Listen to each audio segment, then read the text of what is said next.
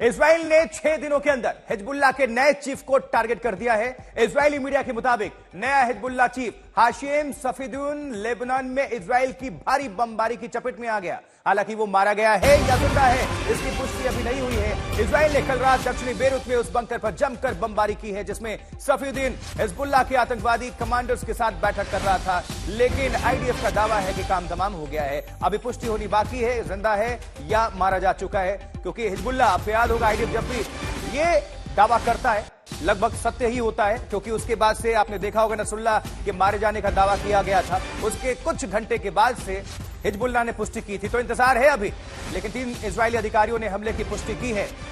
कुछ देर में साफ होगी तस्वीर, मारा गया है या जिंदा है हाशिम सफीदुन। और अभी नया चीफ बनते ही आईडीएफ ने काम तमाम कर दिया है।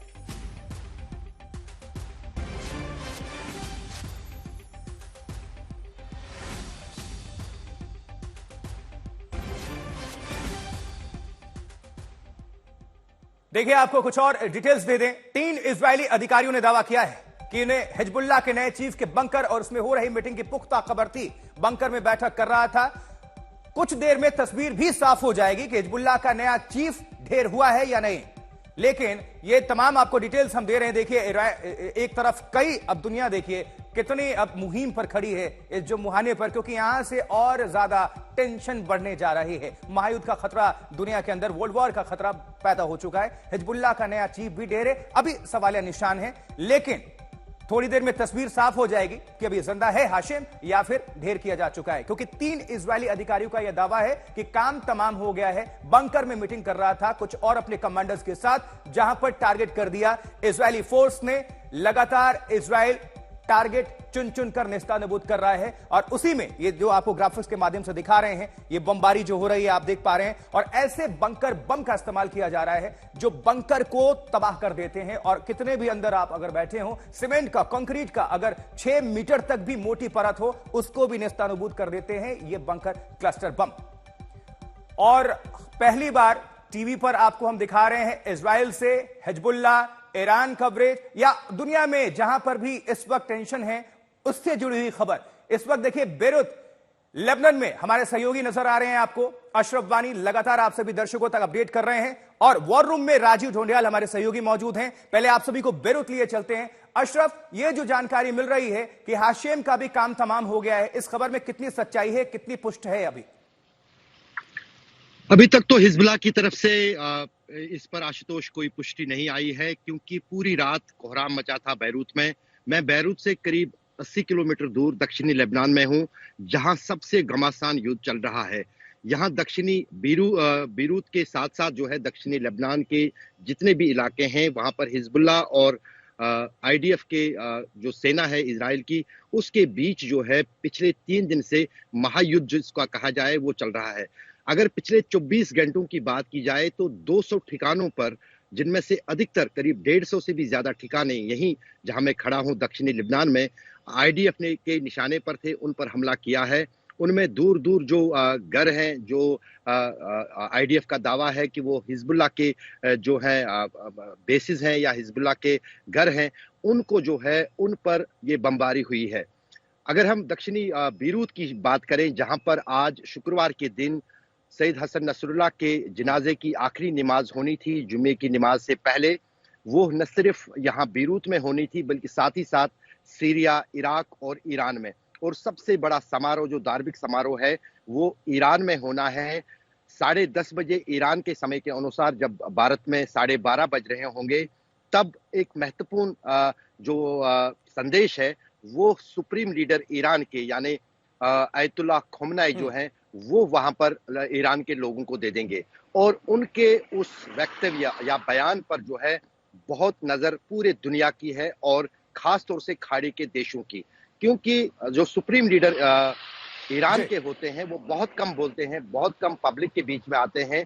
लेकिन सैयद हसन नसरुल्लाह जो कि हिजबुल्लाह के प्रमुख थे, वो अशरफ, और सवाल के साथ आपके पास हम लौटेंगे फौरन, आप हमारे साथ जुड़े रहिए। अब जरा वॉर रूम हम लिए चलते हैं राजीव ढोंडियाल के पास, हमारे सहयोगी के पास। राजीव, लेबनान में इजराइल का इस वक्त मकसद क्या है और डिटेलिंग आप क्या देंगे, अभी दर्शकों को अपडेट करेंगे?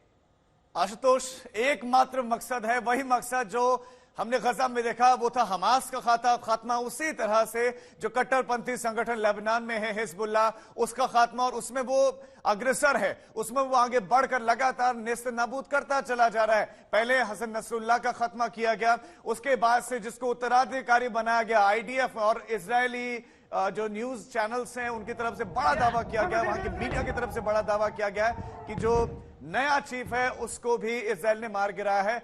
मकसद पहले शुरुआत में कहा गया कि सीमावर्ती क्षेत्रों तक रहेगा, लेकिन उसके बाद अब जो इजरायल है वो आगे बढ़ता चला जा रहा है, आगे बढ़ता चला जा रहा है। नागरिकों को सीधा संदेश दिया गया कि अगर आपके लिविंग रूम में, आपके बेडरूम में अगर आपने गोला बारूद है तो आप वहां से चले जाइए, क्योंकि हमारे निशाने पर वो है और हमें पता है कि कहां पर गोला बारूद रखा हुआ है। ये क्लियर किया गया है, ये कह दिया गया है। साथ ही साथ आपको बता दें कि जो नया उत्तराधिकारी बनाया गया, जिसे बंकर में रखा गया था इस उम्मीद से कि वहां पर सुरक्षित रहेंगे, लेकिन इजरायल का दावा है कि वहीं पर उसका खात्मा हो गया है। इजरायल ने इस मिथक को तोड़ दिया राजीव कि अब बंकर भी सुरक्षित नहीं है, और बंकर पर भी किस तरह से अटैक किया जा रहा है और बंकर नेस्तनाबूद हो रहे हैं, और परिणाम ये है नसरुल्लाह की भी यही जान गई और अब हाशिम भी ढेर हुआ। लेकिन राजीव, हिजबुल्लाह को देखिए किस तरह से हिजबुल्लाह के जद में पूरा इजराइल भी आता है, यह भी अब समझने की बारी होगी। तो इससे जुड़ी हुई जरा खबर दर्शकों को बताएं कि हिजबुल्लाह के जद में किस तरह से टारगेट में किया जा रहा है। हिजबुल्लाह वो कट्टरपंथी ताकत है आशुतोष, जो जिसका मकसद एकमात्र है, उसको लगातार जो फंडिंग भी मिलती है, जो उसको अत्याधुनिक हथियार भी सप्लाई किए जाते हैं, वो इस मकसद से किए जाते हैं कि वो इजराइल को कमजोर करे, और इजराइल को कमजोर करने के मकसद से वो निरंतर जारी। देखिए ये हम पूरा का पूरा मैप आपको दिखा रहे हैं, समझा रहे हैं कि इस इजराइल के इर्द गिर्द जो है वो जो घिरा हुआ है वो उन कट्टरपंथी ताकतों से घिरा हुआ है। अलग अलग मोर्चों पर उनसे वो लगातार लड़ रहा है, और उन मोर्चों पर डटकर एक तरीके से इजराइल लड़ता है, और इजराइल की वही भूमिका, वही छवि बनी भी हुई है। अब हिजबुल्लाह उसके टारगेट पर दूसरी बार आए। इससे पहले भी जब उनके बीच में आमने सामने की लड़ाई हुई थी उसमें हावी रहा था इजराइल, और अब एक बार फिर से, और इस बार जो इरादे हैं इजराइल ने वो बिल्कुल स्पष्ट कर दिया, वो इरादे हैं हिजबुल्लाह का खात्मा। जो भी उत्तराधिकारी बनाया जा रहा है उसका खात्मा किया जा रहा है। अब सैयद सैफुद्दीन का कत्ल कर दिया गया, उसको मार डाला गया है। कुछ और बड़े जो नाम बताए जा रहे हैं हिजबुल्लाह के कमांडर्स बताए जा रहे हैं, उनका खात्मा हुआ। शुक्र का खात्मा हुआ, उसके बाद नसरुल्लाह का खात्मा हुआ, अब सैफुद्दीन का भी खात्मा हो गया है। तो इजराइल कुल मिलाकर अपने जितने भी दुश्मन हैं, वो दुश्मन जो बड़ा दिमाग है, जो उस कट्टरपंथी संगठन को चला रहे हैं, जो ब्रेन वॉश कर रहे हैं, जो इजराइल के खिलाफ साजिशें रच रहे हैं, उनका खात्मा करना उसका बड़ा मकसद है, और उसमें काफी हद तक ऐसा लगता है आशुतोष कामयाब भी है। बिल्कुल, चलिए नजर बनाकर रखिएगा राजीव, फौरन भी आपका भी रुख करेंगे, और बेरूत से अशरफ भी हमारे साथ जुड़े हुए हैं। देखिए हिजबुल्लाह को पैसा मिलता है ईरान से, और हिजबुल्लाह लगभग उसी तरह हमला करता है जैसे बंकर्स और टनल से गाजा से हमास के आतंकवादी करते हैं। गाजा की तरह ही लेबनान में भी हिजबुल्लाह का पूरा पाताल लोक है, जैसे बंकर आप समझते हैं, लेकिन इजराइल ने टारगेट किया है, नेस्तनाबूद किया है। अब इसे खत्म करके इजराइल चाहता है कि आतंकी उसकी सीमा में ना तो दाखिल हो पाए और ना ही उस सुरंग से रॉकेट दाग पाए। रिपोर्ट देखिए। बस 6 दिन में ही इजराइल ने हिजबुल्लाह के नए चीफ को उड़ा दिया। इजरायली मीडिया का दावा है कि बीती रात बेरूत की बमबारी में हाशिम सैफुद्दीन मारा गया। इजराइल ने हिजबुल्लाह के गढ़ पर लगातार बमबारी की। दक्षिणी बेरूत के दही कल रात भी निशाना बना। दावा है कि इस हमले में नसरल्लाह का चचेरा भाई और हिजबुल्लाह का नया हेड हाशिम सैफुद्दीन भी मारा गया। दावा है कि हाशिम हिजबुल्लाह कमांडरों के साथ बैठक कर रहा था, तभी बमबारी हुई। 6 दिन पहले ही इजराइल ने नसरल्लाह को मारा, जिसके हाथों में काफी समय से हिजबुल्लाह की कमान थी, और हफ्ते भर में ही नसरल्लाह के चचेरे भाई और नए हिजबुल्लाह चीफ हाशिम को भी मार डाला।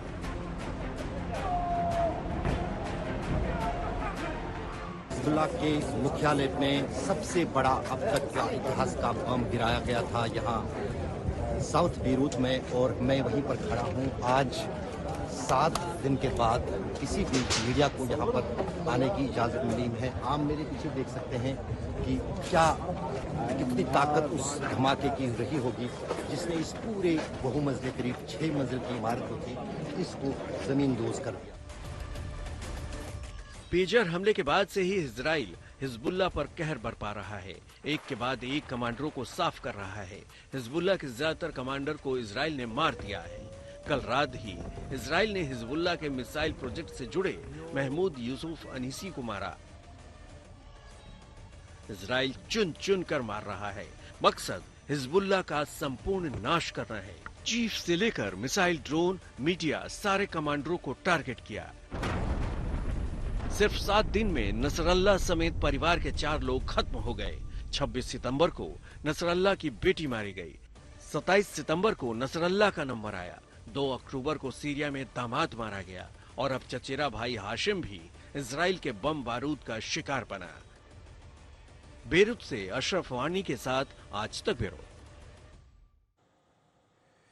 चलिए, अशरफ हमारे साथ जुड़े हुए, राजीव भी हमारे सहयोगी जुड़े हुए हैं। अशरफ इस वक्त बेरूत से जुड़े हुए हैं। अशरफ, अभी संभला भी नहीं था हिजबुल्ला और ईरान, और वहीं आप फिर से जो नया चीफ बना है उसका खात्मा, इस टेंशन को और कैसे देख रहे हैं आप आगे? क्योंकि निश्चित तौर पर इजराइल और ईरान, हिजबुल्ला सब अभी कहीं ना कहीं सहमत तो हुए होंगे, टेंशन को और बढ़ाया जा रहा है, इसलिए दुनिया कह रही है कि वर्ल्ड वार हो सकता है। दरअसल आशुतोष, जब हसन नसरुल्लाह जिंदा थे, जब उनको मारा नहीं गया था, तब ही उन्होंने एक आखिरी वक्तव्य जो है उसमें ये कहा था कि जो इजराइल है उसने सभी रेड लाइन्स जिसको कहा जाता है वो पार की है, और उसी के बाद लग रहा था कि पेजर धमाकों से के बाद ही हिजबुल्लाह ने जो है रणनीति तैयार की थी कि अब इस युद्ध का जो है कहीं ना कहीं किसी हद तक पहुंचना है, और ईरान भी वही समझ गया था। लेकिन उसके बाद हमने देखा कि एक के बाद एक प्रहार जो है वो इजराइल की तरफ से हिजबुल्लाह और उसके जितने भी एसेट्स हैं या वेयर हाउसेस हैं या हथियार है या कमांडर है, उन पर प्रहार में कोई कमी इजराइल ने नहीं लाई। भले ही हाशिए पे और काफी बड़ी चोट जो है हिजबुल्लाह को पहुंची हो, लेकिन क्या हिजबुल्लाह खत्म हो गया है? ऐसा कतई तौर वो लोग नहीं मानते हैं जो हिजबुल्लाह को करीब से जानते हैं, जो हिजबुल्लाह के साथ जुड़े हैं। ये फेजेस जो है अप्स एंड डाउन्स आते हैं, ये हिजबुल्लाह का कहना है। हाँ, इसमें कोई शक नहीं है कि इस वक्त रन पे है, क्योंकि जहां पर भी अपने आप को सुरक्षित हिजबुल्लाह के लड़ाकू या कमांडर समझते वहां जाते हैं, लेकिन वहां पर भी उनको वहां निशाना बनाया जा रहा है। अशरफ, आपका बहुत बहुत शुक्रिया इस पूरी खबर पर अपडेट करने के लिए, दर्शकों तक जानकारी पहुंचाने के लिए। वर्ल्ड में क्या हो रहा है ये अशरफ ने बेरूत से बताया कि किस तरह से दुनिया जो एक मुहाने पर खड़ी है जहां विश्व युद्ध का खतरा पूरी तरह से मंडरा रहा है। अब आपको वॉर रूम लिए चलेंगे राजीव ढोंडियाल के पास। राजीव, अब क्या दर्शकों के लिए इंफॉर्मेशन है, क्या जानकारी देंगे आप? बिल्कुल आशुतोष, बहुत तरह की चर्चाएं चल रही हैं और यह भी कहा जा रहा है कि ये आने वाले तूफान से पहले की शांति है। इजराइल के एयरबेस पर इससे पहले ईरान ने जो हमला किया और उसके बाद से इंतजार इस बात का है कि भाई अब इजराइल क्या करेगा और करेगा तो कब करेगा, क्या उसका प्लान है। अमेरिकी राष्ट्रपति जो बाइडेन से पूछा गया और जो बाइडेन से पूछा गया तो जो बाइडेन ने यह कहा है कि इस पर विचार चल रहा है कि क्या पलटवार होगा, क्या जो उसके तेल डिपोज हैं उन पर हमला होगा, क्या परमाणु संयंत्र है उन पर हमला होगा। उससे तो नकार दिया, लेकिन जो भी तेल का भंडार है उस पर क्या हमला हो सकता है। देखिए, जो एयरबेस था इजराइल का, उस पर हमला करने के लिए बैलिस्टिक मिसाइल दागी गई और एक नहीं बल्कि 3 एयरबेस को टारगेट करने का प्रयास था। और पहले और अब में देखिए कितना अंतर आपको नजर आएगा। 2 तस्वीरें आपके सामने हैं। पहले की तस्वीर आप देखिए कि वहां पर सारी चीजें संचालित हो रही थी और अब की तस्वीर में आप नजर आएगा ये हैंगर नुमा चीज आपको वहां पर दिखाई देगी। ये है अब हमले की जगह पर कुछ दूर पर लड़ाकू विमान खड़े हुए दिखाई दे रहे हैं। ये इजराइल के एयरबेस पर जब ईरान ने हमला किया, हमला करने के बाद तस्वीर बदली। देखिए, इसमें इजराइल का दावा यह है कि हमें किसी तरह का नुकसान नहीं हुआ क्योंकि जो बैलिस्टिक मिसाइलें गिरी वो आयरन डोम ने ध्वस्त कर दी। लेकिन जो तस्वीर है उसमें काफी कुछ बदलाव आपको दिखेगा कि नजर आ रहा है। ये पहले की तस्वीर और अब की तस्वीर है और चारों तरफ मलबे के बड़े बड़े टुकड़े फैले हुए हैं। तो एक सवाल यहां पर यह भी उठता है कि क्या इजराइल ने जो जानकारी दी है क्या वो आधी है, क्योंकि ईरान की तरफ से दावा है कि हमने बहुत नुकसान पहुंचाया और ये तस्वीर काफी हद तक उसके बाद दावे को पुष्ट भी करते हुए आशुतोष दिखती है। राजीव बने रहिए, आपका हम दोबारा रुख करेंगे।